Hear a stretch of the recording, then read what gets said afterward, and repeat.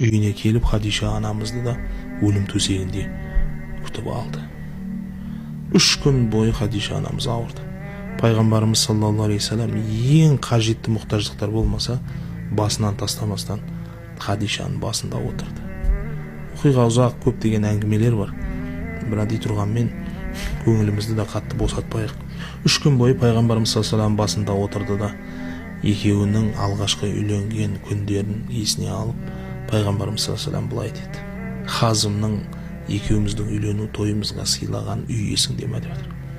Мен сенімен үйленгенде сен мені Мәдинаның ең мықты үйінде қарсы алдың ғой деп. Қашан мен сенің отбасыңа кірдім, сол күннен бастап сенің басыңда бір хайыр, бір бақыт, бір жақсылық болған жоқ қой. Қиыншылықтың үстіне қиыншылық, зорлық, зомбылық не өтпеді басымыздан деп жатыр. Меккенің ең абыройлы, ең бай, ең ақылды осындай әйел едің, менің қасымда жүріп кімге айналдың деп жатыр.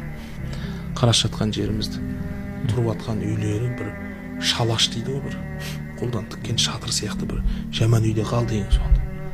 Айтып жатыр, сен мені қабылдаған кезде қандай керемет салтанатпен қабылдап едің, мен сені шығарып салатын кезде тура осылай өлетін бедің енді. Аллаху субхана ва тағаладан нияз етіп сұрайым деп жатыр. Мен саған дүниеде ешбір рахат сыйлай алмадым. Тек қана осы күндермен өмірім өтті. Хадиша анамызда басын көтеріп, Пайғамбарымыз саллаллаху алейхи вассаламның көз жасын қолымен сүртіп тұрып былай деді: мен тыныштық және бақытты тек қана сенің қасыңнан таптым.